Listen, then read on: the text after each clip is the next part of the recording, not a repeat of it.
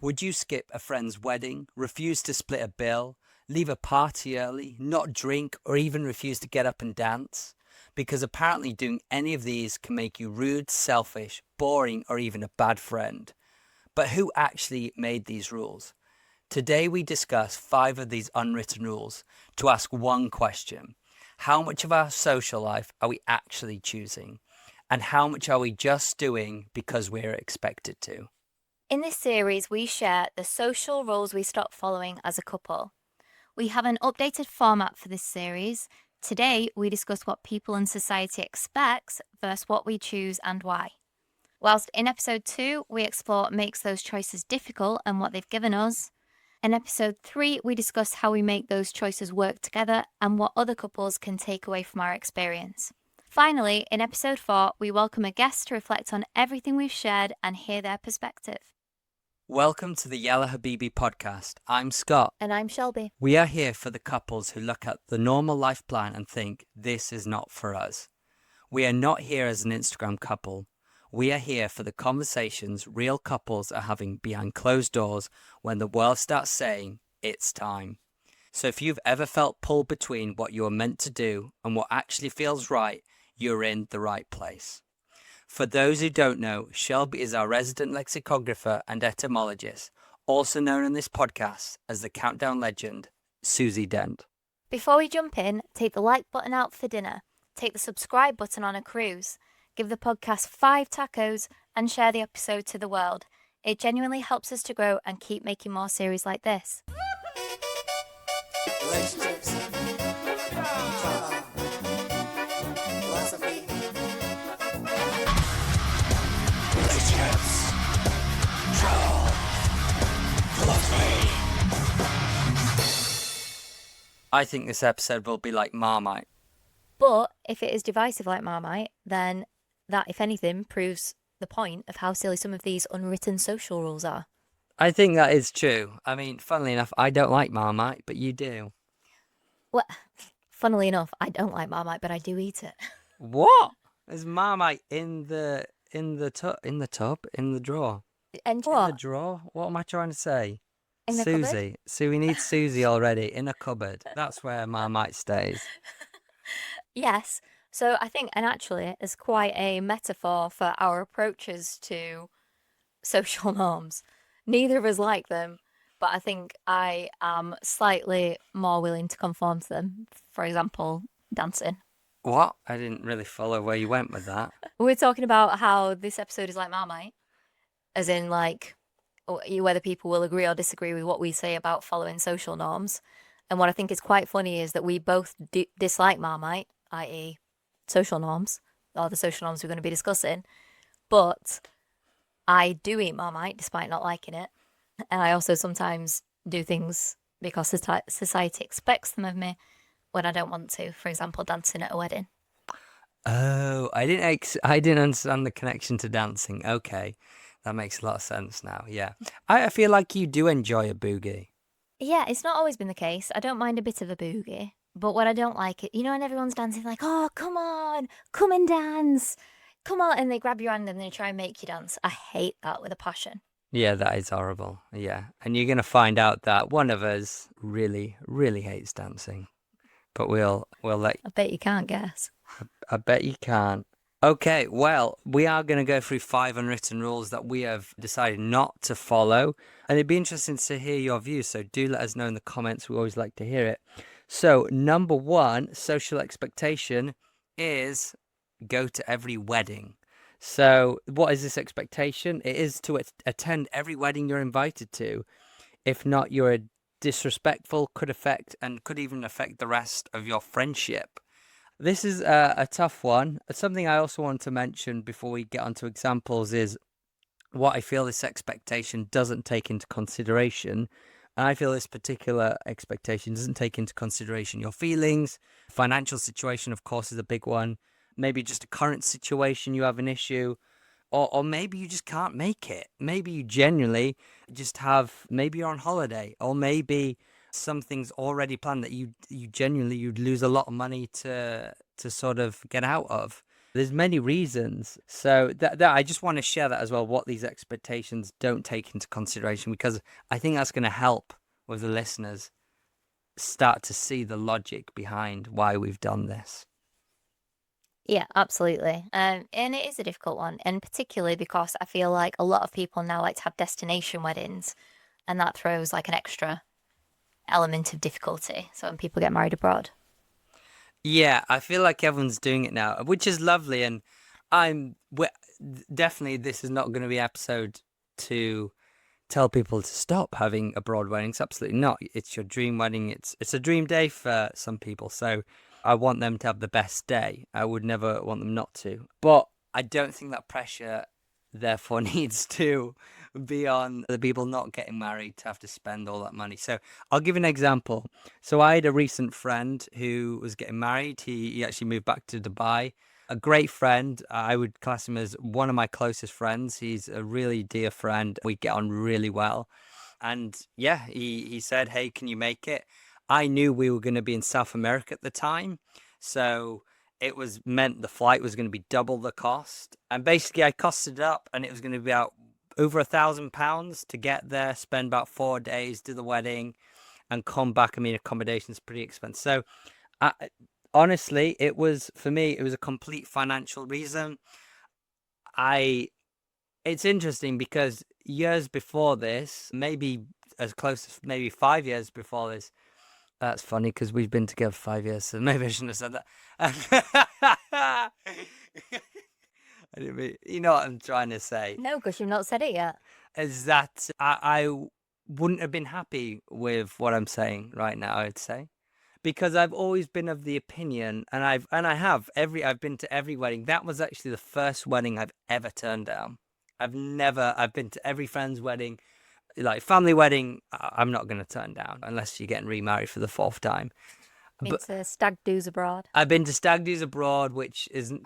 I'm not a big drinker these days. I had spent an ungodly amount on some of those stag do's, but especially when it's friends, when it's my family, it was particularly my family, my sister's partners. I wanted to be part of their first sort of stag do and everything. I felt like I had to be part of that as a brother. So, but that's interesting, right? Because that's my boundary, right? For me, family is a non-negotiable. I'd go no matter what, unless you get married for the 4th time.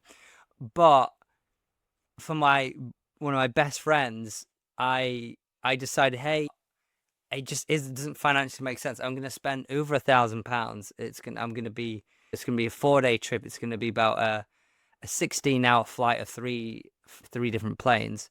And I just looked at it logically, as I do. I like to think I do most things. And it was a really tough decision to make because it was the first one that I was saying no to. And I felt really uncomfortable about it. I mean, I'm sure you'll vouch for me on that. Like, I really had to contest with it in my head. Like, because it went against, I know I am. I'm there for friends. I am there for family. And if they need me, or if there's a social occasion I can make, I'll absolutely be there. So it was tough. But I had to look at it logically. Money isn't easy. You have to work blooming hard to make money, and there's a lot of the older you get, the more things you have to spend on, to be honest. So I just looked at it like that. It's as simple as that. I looked at it and I sacrificed and I took on the risk of what he may think of me, and I saved a big chunk of money that I felt was more important for my life.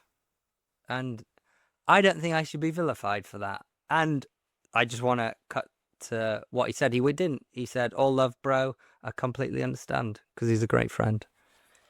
Well, yeah, and from where I stand, where we both stand, I think that any logical, rational person would reach the same conclusion. If you're having a wedding abroad, I think it's a bit audacious to be mad at somebody for saying I can't afford to go to it, or I'm not. It is too big of not even can't afford, but like, it's too big of an expense. Because yeah, of course, like you'd find £1,000 to go, but that's a lot of money. And it's a difficult one. I've had experiences of turning down other people's weddings where the response wasn't as understanding. So yeah, I think that the only logical response for someone who's having a wedding abroad if somebody says they can't make it and explain, even if they explain financially, particularly, like you've got, how do you not understand that? Yeah, I think it's quite selfish, to be honest. If you don't, I can totally understand that it can still hurt. The emotion of not having a good friend at your wedding, it might even be a best man or bridesmaid. I can the pain is still there. I totally that doesn't get eradicated just because it's a financial whatever the situation is. But when you settle down in the emotion and you look at it logically or objectively, you have to be fair and reasonable. And my sort of main gripe that I have with the sort of assumption that you must go to weddings is that we're at the age where everyone is getting married. So it's not like one wedding every 5 years. It's like 2 or 3 a year. And now we're finding, I mean, the weddings we've been to, I would say half and half have been in the UK and out of the UK. So what? Am I just expected to drop over like 2.5 grand every year on someone's wedding? So I have to budget now £2,500 a year to go to a single event. For me, that's too far. That's just too far for me. Other people might say it's you're thinking of it all wrong. Fair enough, but for me, that's just too much. You're taking too much from me. Do you think as well, because do you think that could potentially, like the difference in our opinion versus most people's opinions, is potentially because of our personal stance on marriage and that we don't really see it as a necessary thing or, I don't want to speak for you, but like, so I personally don't massively see the point in getting married. Like, I think it's a government piece, it's a legal document. And like, I think the weddings are nice. I enjoy going to weddings, but and if we did end up having one, I'd really enjoy it. It would be lovely. But I don't think for me, it's not this massive import. Like everybody seems to talk about it as though it's the single most important thing you'll ever do in your life. And I really don't personally feel that way. And that's probably why I'm also of the mindset of, well, it's not that bad really if you can't make it to somebody's wedding. Like, what do you think about that? For you, I can completely understand that. For me, I wouldn't say I'm as far on wherever we are on the spectrum. I'm not as far leaning as you are. I don't want to say the word against, but not for weddings, whatever you want to put there. I'm not as far as you. I came into this relationship still being quite traditional and quite in love with the idea of a wedding. And I've slowly seeped in and drained it from you. I don't want to say drained, but yeah, have you influenced it? Sure, but there's other things that I've influenced you and you've influenced me, and that's just natural of bonding with someone, right? And learning about things. But no, do I question it more? For sure, but I struggle with it. Like I really struggled emotionally and to make that decision. Like I felt a bit icky inside, but logically I couldn't get out. I was like, that's just too much. And then obviously on top of it, the uncomfortable one that I've put you in, which I understand is obviously I'm not going to one of your best friend's weddings in America, which you're about to go to. And I know it's going to be an incredible time. So that, when I was saying 2.5 grand a year, I wasn't joking. I mean, that would have been 2.5 grand this year. So yeah, again, I can understand the emotions are still real. I don't deny them, but I think the bit is the social expectation expects you, and if you don't, then you're a disrespectful bad friend. I don't like that notion. That's the bit I don't like. Yeah, no, absolutely. I think people take it personally when it's actually not about them in those cases. Well, okay, so we're looking at another societal expectation. So we've just been talking about weddings, splitting the bill. Bill, splitting the bill. So society always expects that we would split the bill without complaint.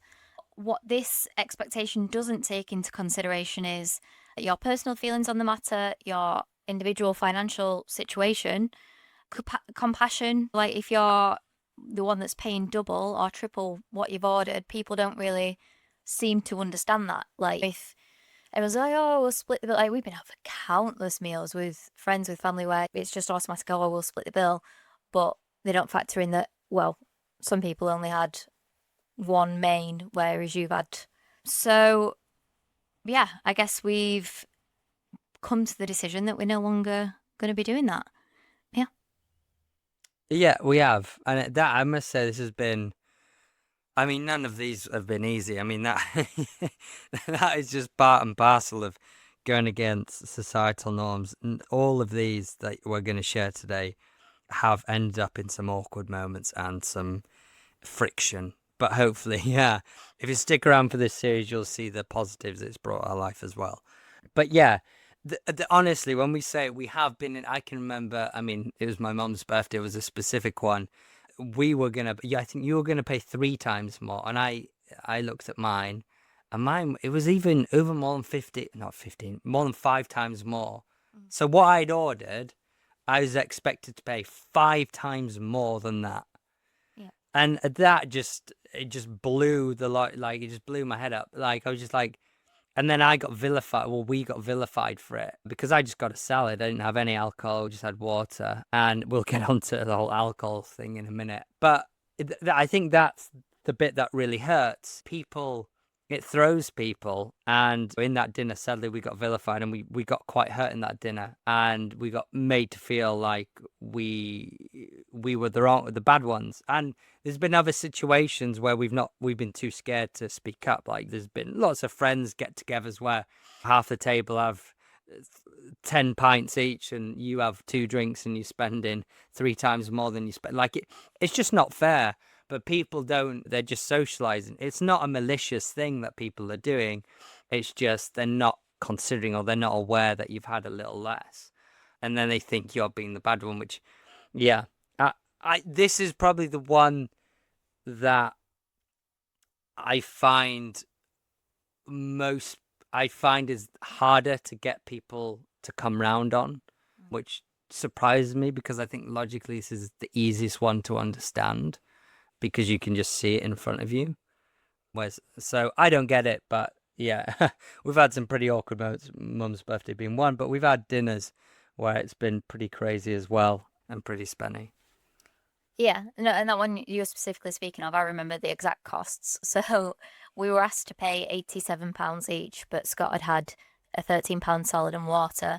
My entire meal came to £30. And of course, I would put a tip on top of that. But yeah, so it was like basically 3 times for me. It was going to be like, yeah, £70 more for you. And it's just, I really, really can't see that the norm in that situation is to comply, and which I felt pressured into it and paid the full amount. It was just ridiculous. But yes, very frustrating. So if you're out there and you're thinking, well, of course you always split the bill, maybe reflect on, are you the one that's always ordering all the drinks? And you think, well, because like we've been at meals where people go, oh, it's not bad that, is it 80 quid for all that? Look at what all we've had. And I'm like, are you joking? Like, so yeah, we've defo been out to, I can remember going to an Indian restaurant once and people saying, oh God, yeah, £45 per person. That's not bad, is it, for all this stuff we've had? And I'm like, our meal came to that combined, but we just paid it anyway because we, at that point, hadn't made this decision. Yeah, and this has been quite an uncomfortable one. And I'd say even though we've made this decision and we have done it at meals, it's still one that we're not fully comfortable with and trying to... I think we just have to do it a bit more in situations to get comfortable. It's an awkward one, especially when you're with family. It's really uncomfortable. But I know over time, like other ones in this, you're going to see it work out really well. Make sure to stick around because we do have 2 really fun segments. Of course, the Scott's W2F of the week. This will be a story where a couple's relationship rules spark. So the relationship rules spark major backlash online, with people divided over whether they're healthy boundaries or controversial behavior. Not controversial, controlling. I guess controversial and controlling. Absolutely, and stick around for Shelby's Good Vibes Only, a story where a married couple have broken one of the biggest expectations of marriage for 15 years and is worked better than they've ever imagined. So do stick around for them. But how about we get on to our third one out of our 5? So This next one is to stay until the end. So to stay until the end of the event. Whatever it is, a birthday, a friend's catch up, a wedding, whatever it is, stay until the end. I mean, for a wedding, at least stay for the ceremony. But no, I mean, obviously, I'm meaning the pie, of course. I'm having a joke. The end night, the last, everything's done of any event, all the things done, staying to the very end, till the 2 a.m.s, 4 a.m.s, whatever nutters out till the end. And again, the expectations, this doesn't take into consideration, one, your job. You could have your job, you could have it the next day at early hours. Your health. I mean, goodness, they don't know what your medical situation is at the moment. They don't know what your health is. They don't know what sleep you've had in the past few days, what you've been eating. You know, you don't know. It could really affect you. Road safety. I mean, not to be a Karen, but if I've not had great sleeps in the last few hours, and then all of a sudden I'm forced to stay out till 6 a.m., well, it's not very safe for me to now drive home, is it? Especially if I've been drinking. Am I joking? Don't drink and drive. So yeah, I don't think it takes into consideration a lot of things. But what did we choose? Very simple, just leave. So we always stay there for the full event. Of course we would. And we love it. We want to be a part of it. But an example was we had a really nice meetup with your cousins. And it was a really nice dinner. We had dinner, we had a couple of drinks, we went to an Irish bar. We were out for maybe like 4+ hours. And then it got to like, I think 10. And they were like, right, let's hit the clubs and all this. And we're like, we're good. We're going to go. We're going to call it. And that situation, they were super amicable. They were like, cool, it was lovely to see you. So that was nice.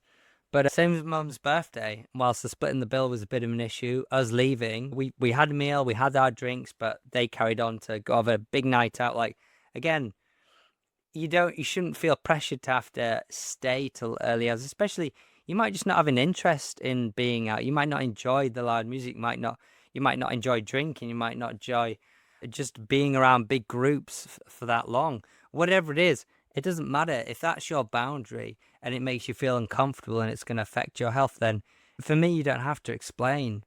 I think the important thing is showing up, showing your face, connecting with people, spending time with people individually, really having a chat with them, really connecting with them, having quite a few hours, and then Irish goodbye if you have to. Yeah, absolutely. And I've seen a really good linguistic approach to this as well, like to change your phrasing from like I can't do something to I don't do something. So, for example, if somebody was to say, "Oh, I can't, I've got to go and get the last train," then someone might respond, "Oh, go on, you can get a taxi. I'll share a taxi with you. Go on." Something like that. If you're saying I can't, they'll present you, they'll objection handle you, they'll present you with a solution to that for a reason that you can. Whereas if you say, "Oh, I'm going to go now, I don't stay past the last train," or I get the last train, I'm getting the last train, more assertive than saying I can't do something, then that's a good approach to it. Yeah, you can't get into sort of debate over it because you'll never win, especially if someone's drunk. It's just I find it wasted breath. You either respect my boundaries or you're just going to bully me for it. Which one? But yeah, so it's really the reasons we did it is for our health, for our happiness, productivity the next day, opposing interests. We don't love the late night outs and the big drinking heavily. We will do it time to time when we go to a gig or something, but regularly we don't do it. So yeah, it's just not of an interest. So I'll be honest, it's torture for us to have to just stand in a club and not speak to anyone, just stand there with a Coke or something until 4 a.m. It's absolute torture. And you don't socialize. Past 10 o'clock, there's no, well, once you hit that bar of the music, there's no socializing, you can't. So I like the sit down dinners, you get the socializing. Okay, so our fourth one, how about we get into that? And that is not drinking alcohol. So that is, what is this? What is the expectation? It's drinking alcohol of everyone, or you will be made to feel like the odd one out, the miserable one, the boring one of the group. And this is true and sad. But really, again, this expectation doesn't take into consideration your health. I mean, Jesus, imagine if you're taking medication where you can't drink alcohol. My goodness. Or your feelings, or even your interests for that day, or your plans for the next day. And the list goes on. You have every right to not have to drink. It's like go out and not have a cigarette. Well, I don't smoke. Well, yeah, but we're all smoking. Yeah, but I don't. So I'm not going to start smoking today. Yeah, but oh, you're boring. You're like, why is that any different? Alcohol is just as bad for you. So It's actually, yeah, it's considered to be a type or category 1 carcinogen, same as smoking. yeah, so it's wild to me. It's just interesting. But then if you did the opposite thing, you went into that bar and smoked a joint, and then there's that friend who's totally against drugs. Oh, that's terrible that you've done that. What? Why aren't you smoking, bro? Why aren't you with us? Why aren't we together? Like, what? What is this catch-22? Why is some things okay and some things aren't? So yeah, that's sort of my opinion on it. Well, yeah, it seems like it's like whatever collectively society is deemed to be acceptable is what people can push you on. But yeah, I mean, we've got a couple of things coming up that we're going to feel the pressure to have alcohol. Like we're going to go down to your dad's for like a family reunion, and that's in those social situations, same as like weddings, whatever. It's really difficult to, and you feel like you have to explain yourself. Like, so I'm going to be going to my friend's wedding this week, and what's funny is historically I've drank a lot. In fact, she was my roommate, and she'd always come home, and I'd have like we had like a little convenience store in our apartment complex, and we shared a room, and I'd have like this Diet Coke, like the kind of receptacle you get from McDonald's or a cinema or whatever, like the paper cup full of Diet Coke, and she always comes like, "Oh, you've been and got a Diet Coke," and one day she saw me putting rum in it. She's like, "Do you always have rum in that?" I was like, "Yeah." And she's like, "Oh my God." So she knows me as being a drinker, and she's kind of joked about it as well in the lead up to the wedding. And I kind of think that she's probably going to be expecting me to have a drink. And that's going to be difficult because, well, one, I'm in the States and the whiskey is good. And two, it's a wedding. So, like, not doing a champagne toast would feel very strange. And I'm a bit conflicted about that, actually. So I'd like your input on that. Well, yeah, at the moment we're not drinking at the moment just because it's strange. We don't drink a right lot anyway. But the last trip we did, last time we traveled, we went for about 5 months away around South America. I don't know how it happened, but we ended up drinking way more than we usually do. And we just got to the end of it. We're like, wow, I don't know how that happened. Maybe it was just the good weather and the beaches. But we came back, so we thought, let's just cut drinking out for a while. So we've done that. So the conflicted bit, what about cheering? Yeah, I feel you can cheer them and still not drink. No one's going to judge you for not drinking. But I think they will. I think to not have a glass of champagne, people are like, "Oh, why should not?" Yeah, but you can just get the exact same glass and just say, can I have water in it or some Coke? No, someone would judge you if you don't get up and cheers and do it or whatever they expect. Like, that would be like, why is that person sitting down? That would be like a defiance on the wedding. But you not drinking alcohol, that isn't part of the celebration, part of that tradition. It's not, you don't have to drink alcohol. It's cheersing. All the kids are doing it with juice. That's true. So yeah, I'd be shocked if they had an issue with that. I'd be shocked if someone called you out and, oh, yours didn't have champagne. That's not legitimate. Yeah. It doesn't. Again, this is it. If you look at things and you break them down, you start to realize the logic is really silly, and it sort of makes me wonder how many other things I'm not realizing. But yeah, there's lots. Like even when I went out with my good friend, we went out around town, and I just went down to catch up with him. He's one of my best friends, and we didn't even plan to go to the pub. Actually, we were just going to stay. He has a canal boat. We were going to stay on his boat and just sort of go down a bit and just have some nice food. But anyway, we ended up in a pub, and him and a couple of my mates got really drunk, and they were just like, "Why are you not drinking? Like you've come for a piss up." I'm like, no, I didn't. I came to just catch up with my friends. And then it sort of took him off guard. And then he sort of went, oh. Well, he didn't say anything, but I could see in his face. He sort of, I don't know, he sort of understood it. He felt bad and also went, oh, that's kind of, because he's one of my best friends. Like, he thought that was quite sweet. I didn't come for a piss. I came up to catch with my friend. So, yeah, it's just interesting. But, yeah, you don't have to drink. You don't have to drink. You can look after your health and whatever your reasons are.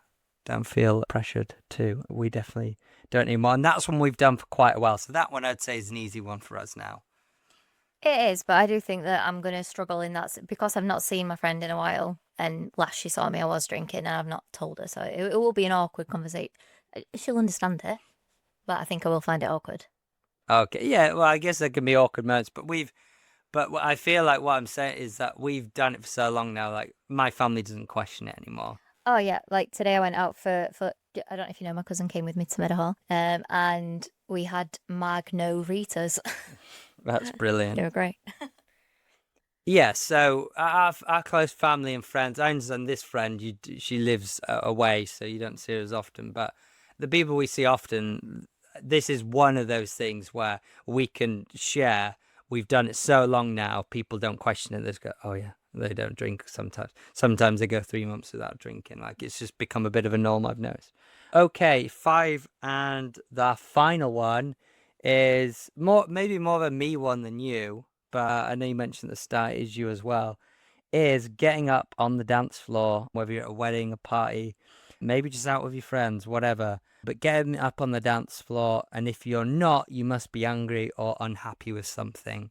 So again, this isn't taking into consideration your boundaries, your feelings, or maybe your energy levels. My goodness, I've been absolutely shattered at the end of a wedding. Oh my goodness, by the time you get to the dancing, I am so pooped, especially if you're part of the wedding quite a bit. Like, my goodness, weddings are tiring. And yeah, I hate this one because this one, I have made it like, you're probably starting to realize I'm the one who hates dancing. Like, absolutely, I despise it. I just don't enjoy it. It's just not my thing. I'll go in a mosh pit because I love metal, but I'm not a dancer. And I just feel it's just something that I don't feel comfortable to do. I feel very uncomfortable. It makes me feel very vulnerable and very self-conscious. So I just don't do it. But sadly, my family just never acknowledged it. I don't know why. I don't know whether they think it's just because I'm in a mood that day or whether they think it's just a moment. I don't know. But they've never acknowledged it. Like, even though I've shared it my entire adult life, it's just never been acknowledged as, oh, Scott doesn't like dancing. And there was one particular awkward moment at my sister's wedding where I wasn't even aware we were doing a dance. We were told the day before we were going to do a dance. I was like, what the hell? Like, I hate dancing. Why? And then I'm not going to name people, but there was a lot of pressure on me to do a dance. I was like, in what world is that fair? And Like, it was a dance perform. It wasn't just like dance in the disco after the wedding. It was a dance entrance performance. So it's like it's not just, oh, come on and dance with us. It's you've got to dance in front of the entire wedding guest list. yeah, so I felt super self-conscious about it. And I was like, but sadly, again, I felt vilified because I made it clear, but again, it's never acknowledged. And I find that not just true of my but just true generally. Like, it's not really acknowledged. I don't know. I think people just don't. I don't know. I don't know why. But yeah, I made it very clear. Look, everyone knows I don't like dancing. And of course, when someone ignores that, well, of course you get angry because you've just said it 5 times and they come back to you like, right, you join. No, how many times do I have to share it? No, I'm just going to go have my dinner or something. I'm not involved. And anyway, yeah, I just walked in. So when everyone was dancing, I was like, I'm not trying to cause a problem. You guys enjoy it. I hope you have a great time. Please respect my boundaries. From day one, I've shared this, but it's just, I felt very disrespected on that day. And there's many other occasions where it's happened, but I don't know. Just some people don't really get it with the dancing. Some people just don't understand it. And I don't get it. No, definitely. I don't know what it is, but since meeting Scott, I've wanted to dance more. Maybe it's just because you make me light-hearted. But yeah, I've definitely been to weddings, events, birthdays and stuff where I hate it, where there's like everybody dancing and then they come and, oh, go on, and they grab you and they make you dance. It's like a cringy, horrible, horrible, horrible feeling. But that being said, I do like going to dance classes like Zumba and so on. But yeah, for me, the main thing is the disrespect of boundaries and personal preferences. Like, I don't get how so many people struggle to understand someone else's point of view if it's different to their own. And that's the crux of it. They think, well, I like dancing, so you must like dancing. Or like, well, I'm doing it and I feel a bit awkward, so you ought to as well. Like, yeah, it's just a disrespect of boundaries. Yeah, and that's an annoying thing. And there are things, just to add to that I remember at one occasion where someone just lashed out at me and said, stop being a I shouldn't really say the word, but they said a word that basically meant that I wasn't man enough. And I just thought that was so offensive. I was like, I'm sorry, there's going to be things that you can do that I feel uncomfortable to do. And there's going to be things that I can do that you feel uncomfortable to do. For example, public speaking. You put me in a room of 10 people or 1,000 people. I don't care. I'll speak in front of them. You can put me on that stage in 5 minutes. I've done it 101 times and more. I feel it's so easy to me. I feel very comfortable on a stage. Most people find that horrendous. I just find it really comfortable. I've just done it so much throughout my career.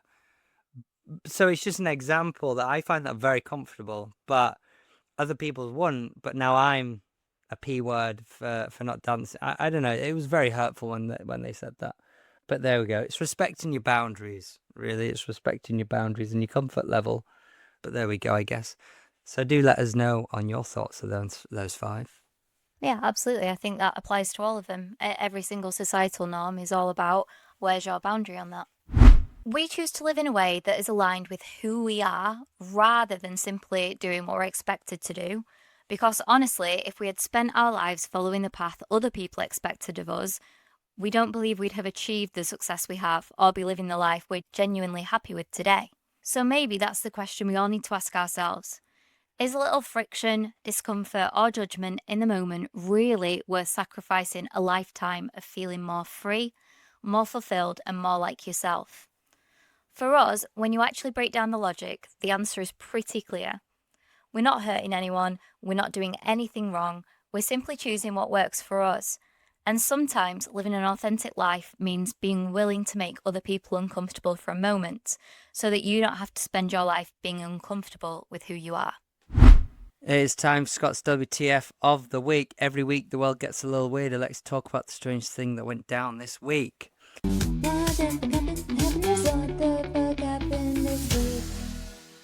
Bailey McPherson, not Nanny McPhee, Bailey McPherson went viral on TikTok after sharing the strict marriage rules she and her husband Zach follow.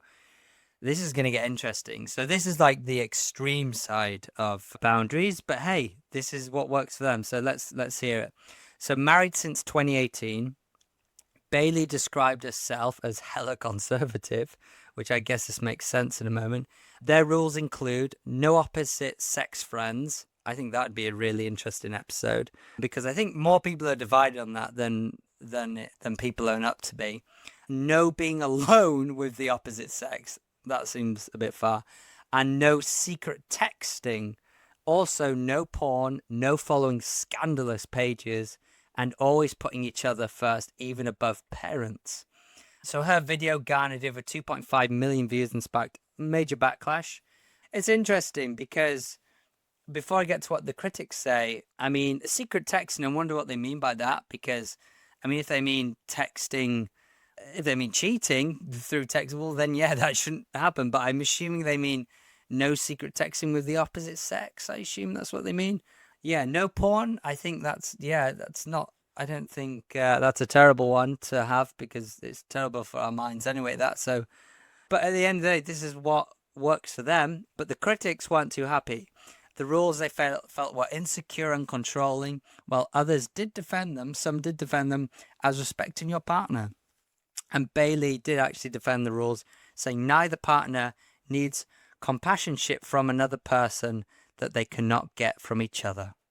So I guess that just shows you that the same boundary can feel like respect and commitment to one couple, but restriction and insecurity to another. Yeah, I just feel like that sounds more like I don't know. To me, that seems quite restrictive. I can definitely understand elements of it. Like I think the secret texts, we have not that I've ever looked through your phone, I don't believe you've ever looked through my phone, but we have each other's passwords and we trust each other. But if like one of us was secretly texting somebody, then I would say that is cheating. So like I think that will make sense. But in terms of not having friends of the opposite sex, like that's... Well, it's a difficult one because I feel like there's part of me that would be a bit jealous, but I would never be like, we can't have opposite sex friends. I think it's worth an episode. That what's that podcast you listen to with the two best friends, and they're both married, the Australians. Oh, Tony and Ryan podcast. Yeah, so if you listen to a Tony and Ryan podcast, you'd think they're together. They're really filthy with each other. They're very comical. They seem A like, bit flirty. yeah, I'd say flirty. I thought they were together until you told me they weren't. So that is an example of where the opposite sex can be together, but they both have partners and they go out for dinner and all this. So anyway, I think that is an interesting conversation because I think more people find that uncomfortable than people own up to be. But hey, it works for them. As long as there's generally no like control here and they're both happy, then I don't think any of that is too bad. I mean, personally, I would be fine with having opposite of sex friends and obviously being alone with them. So yeah, so apart from that, I don't think it's all that bad really. I think the main thing that makes it not that bad is that it's reciprocal. I think if it was like she's not allowed any male friends, but he's allowed female friends, or vice versa, I think that's when it becomes complicated. I suppose if that's what works for them as a couple, and as long as it's reciprocal, then I think that's okay. Yeah, that's a great point. Okay, now it's time for Shelby's Good Vibes Only. Let's take a break from the chaos. Here's something to make you smile this week. Shelby's Good Vibes Only. Margaret Murphy has been married to Peter for decades, but they have lived in different countries for the last 15 years. So Margaret lives in London, while Peter lives in Australia, the literal opposite side of the world. And they typically see each other once a year to every 18 months. It sounds a bit like, which one of Pirates of the Caribbean is it where he's only allowed on land every 30 years? But despite this, they say they remain faithful and happily married. And their relationship is an example of something called living apart together, which is committed couples who maintain separate homes. At age 57, Margaret returned to university. She completed a PhD and later moved to London to pursue a new career after realising that she and Peter had different goals for that stage of their lives. And I think, well, there's just such a nice alternative to just being like, well, you want one thing, I want another, so let's split up. They just decided to give each other that space. And Margaret says that the arrangement has given her independence, new friendships, and a career, but she acknowledges that they both experience loneliness and miss companionship, so it's not all smooth sailing. They say that regular communication is the key to making it work. And also a relationship expert, Amanda Major from Relate, has said that living apart can help couples maintain their independence and identity, but both partners need to genuinely want the arrangement and establish clear boundaries. I actually have a friend that's had this situation. So she lived in New Zealand, or rather she went off to Australia. Her husband stayed in the UK. They maintained their marriage, but later, sadly, they did end up getting divorced and she moved to New Zealand. So I guess it works for some and not for others. But if you think of a celebrity couple, Kourtney Kardashian and Travis Barker, I think they live on the same street. I think that's how they got together. But they've maintained their separate households really close by. But they just didn't really see the point in like merging their households when they both got lots of kids between them. They've got everyone's happy where they are. So they, I guess, dot between the two houses and sometimes have time apart. So I guess it raises the question, does living together actually make a relationship stronger, or can having more independence sometimes make a relationship healthier? I think that's an interesting story. I think, yeah, I can imagine that. I mean, the only bit that I struggle with is that once a year seeing each other. Maybe if you were seeing each other maybe 4 or 5 times, I could get it a bit more. But once a year, wow, that for me, well, we live together, but hey, it works for them, right? You do hear of people making sort of long relationships. What do you call them? Long distance. Long distance relationships. Thank you, Susie. Long distance relationships working, but this takes it to another level. Not to be rude, but I would like to be a fly on the wall on that moment they meet. Oh my God, I bet it is ferocious.